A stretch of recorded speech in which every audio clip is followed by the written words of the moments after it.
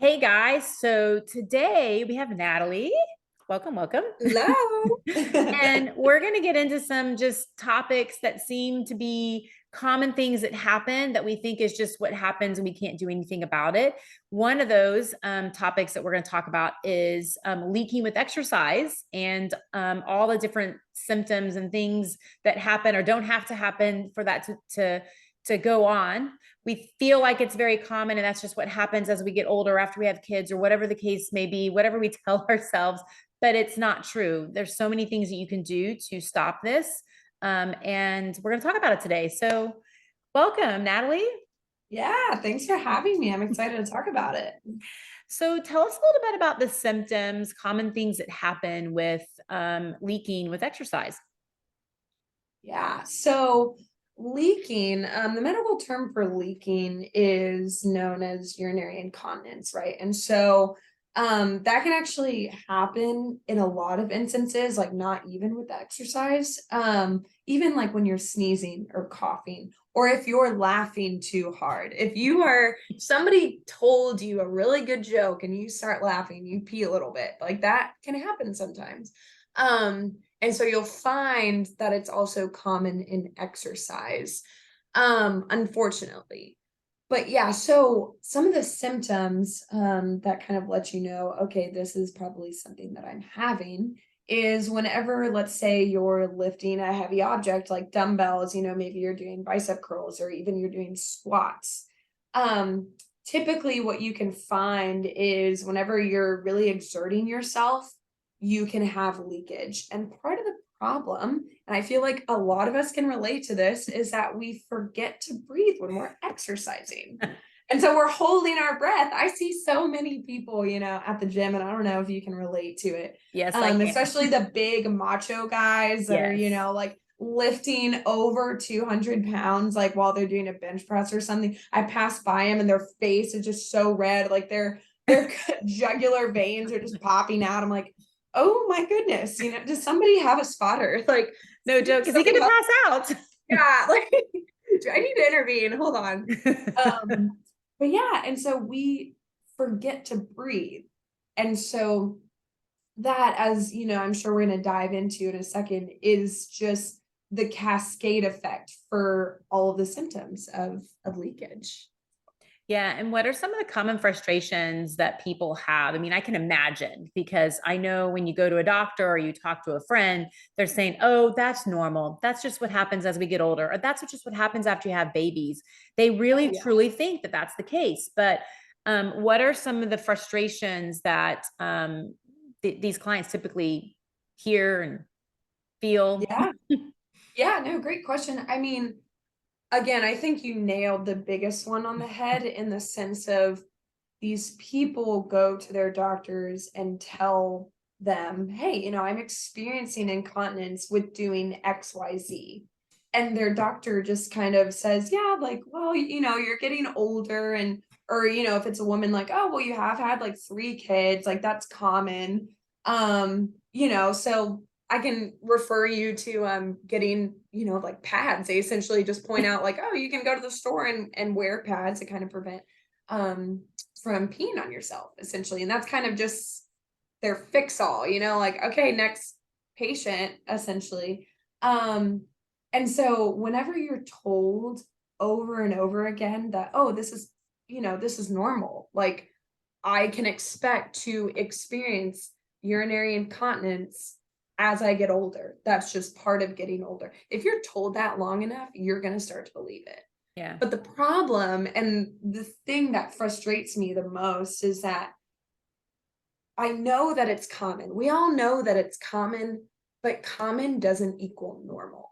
And I feel like the two words have become interchangeable with each Yeah. other. And I think that we really need to take a step back and reevaluate that because it's not true. Just because it's common doesn't mean it's normal. So that's one frustration. But then two, another frustration is, I mean, I can only imagine the fact that you're just trying to go about your daily life, like whether you are exercising because you're training for something, or even like you want to blow your nose, because you have a stuffy nose, right? Or yeah, or you're laughing and you're worried, holding on, crossing your legs for dear life so that you don't pee on yourself and have to excuse yourself. I think that there is an embarrassing component that comes along with urinary incontinence, that Absolutely. people are terrified of, especially in those social settings.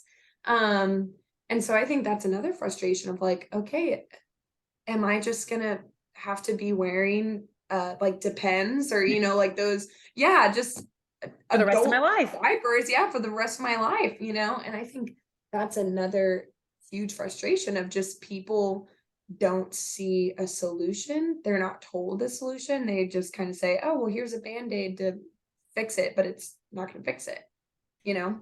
And I know Um, there's like another thing that we've had clients do is the doctors will hand them a sheet of paper on do Kegel exercises and this will help.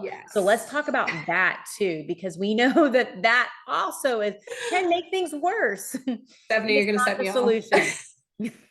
You're gonna Actually, set me when you off. look and you research anything on the web and you go in and for about anything pelvic floor, Anything Kegel pelvic exercise is floor. the exercise you're supposed to do. It's Let's so talk about it. frustrating. It's so well, yeah. And the thing is, before I did my pelvic floor rotation, even my mom would tell me, like, oh yeah, like after having kids, like, or even before, my doctor would just tell me, oh yeah, do Kegels, like strengthen your pelvic floor before, delivery. And then after delivery, okay, like do Kegels to strengthen your pelvic floor. The problem with that, one, is that urinary incontinence isn't necessarily caused by weak pelvic floor muscles. So let's just like toss that myth out because it's not true. It's just not. Um, it can be, but also urinary incontinence can be caused by overactive pelvic floor muscles that can't relax. And so if you're and if a doctor is telling you to do Kegels, do they even know if it's because of a weak pelvic floor muscle or if it's because of an overactive muscle that can't relax for dear life? I know whenever I've like talked to a doctor, they're maybe talking to me for like 5 or 10 minutes or something. They don't Yeah. really take the time to diagnose the problem. It's kind of just like, oh, do Kegels, even though that person could actually have an overactive pelvic floor. And Yeah. so that instead of helping the symptoms can actually exacerbate it and make it worse. Um, so yes, Kegels are not the end all be all. Thankfully, right? We have Yeah. so many other tools that people just aren't told about. They're not educated on. Yeah. But another thing too, let's just say hypothetically that a person experiencing urinary incontinence was experiencing it because of weak pelvic floor muscle. Let's just say, right? Let's dive into that a little bit because essentially what Kegels are, it's almost like me, like let's say I want to get stronger glute muscles. Yeah. You know what I'm gonna do? I'm just gonna clench my glutes, like as I'm sitting down in this chair, or even just as I'm standing up, just squeezing my butt cheeks together and just say, okay, like I did 30. I'm gonna have a strong butt, right? Or like everybody wants to have like a toned butt or whatever. Everybody knows that that's not gonna work, right? That's not gonna get me from point A to point B. And yet we're thinking that Kegels, which are just like a contraction of your pelvic floor muscles and a relaxation of them, are going to get us the results that we want. Like it just isn't true. Um, Yeah, it's so similar to like how I always describe it. You can have so even with the pelvic floor, you can have weakness and tightness. right. Just like in your hip, you give that example, you can have some weakness and tightness. But guess what Mhm, happens when you work on the exercise to make you stronger? You're going to work on mhm, the part that is strong, which is already right, tight, and you aren't going to work on the part that's weak. And so you've got to look at like the coordination of like what it is. And so that's a right, big problem. But there's right. there's, just like with anything else, you've got to kind of figure out where the source is coming from.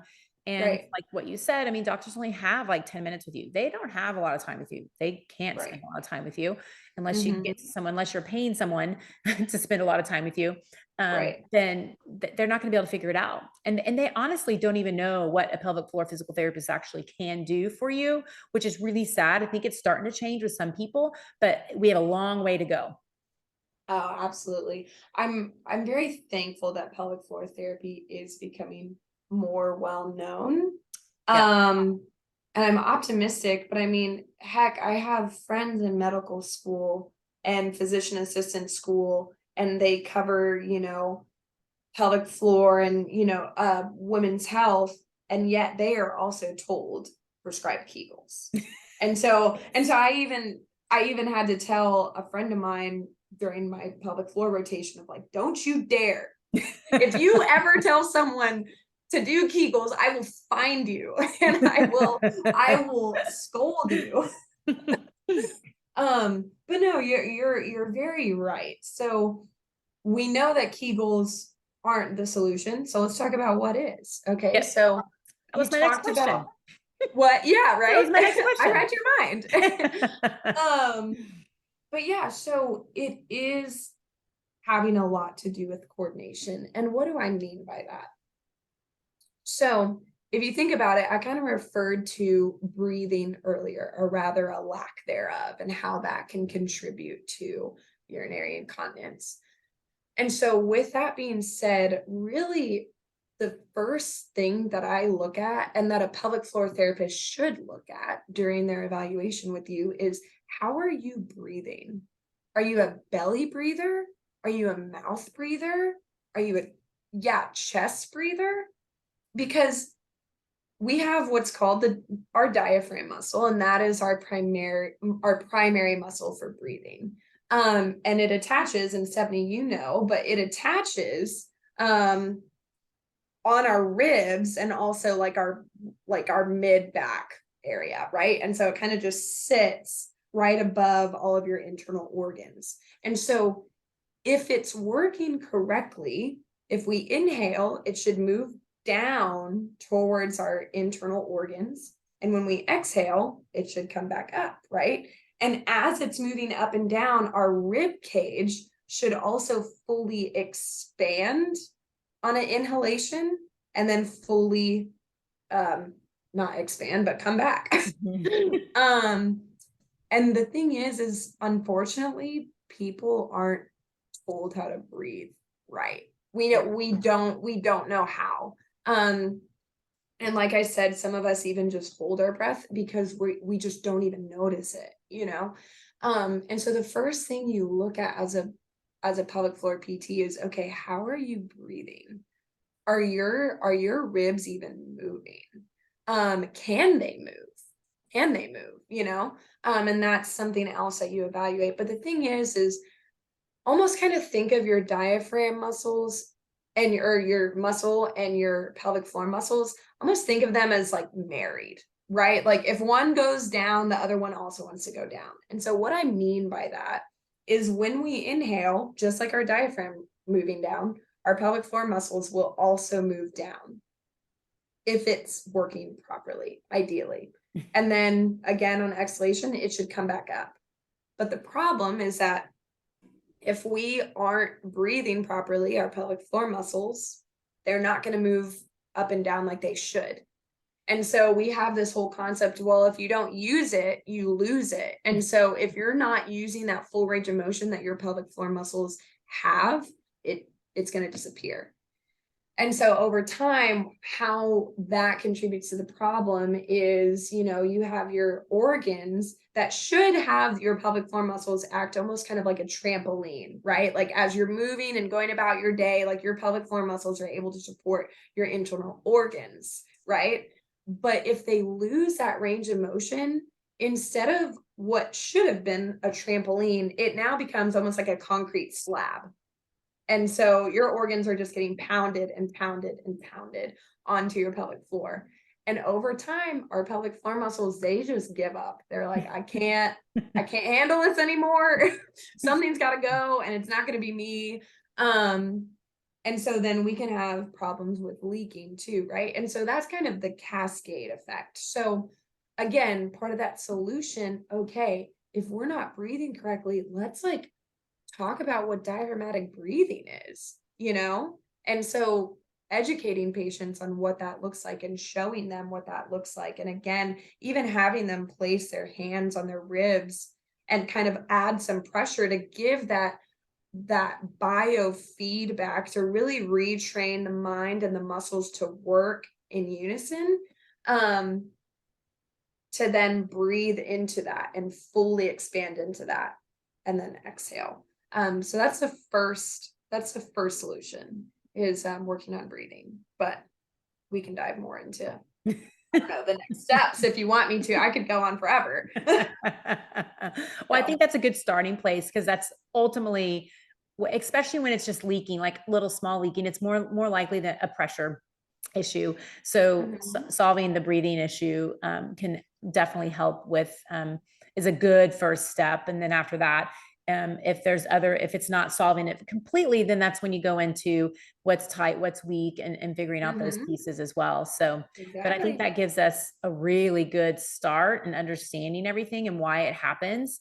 And I think it'll definitely give people hope that, gosh, I didn't realize there's something that you could do about this, because Mhm. it's kind of like what you said, your parents didn't know anything about it and they're telling you that's just normal because of, as you get older, and so because they've heard that from their doctors, and it's Mhm. just this vicious cycle that happens that we've just got to stop. And that's why we do these educational pieces, because we want people to understand that there are ways to help your body holistically, Right. and that's not always out there. Even when you go and do Dr. Google, it's not out there. It's pretty scary what's out there, honestly, because I have. Truly. Yeah. So, just getting some good information, education out there for people to understand that there is help for those things.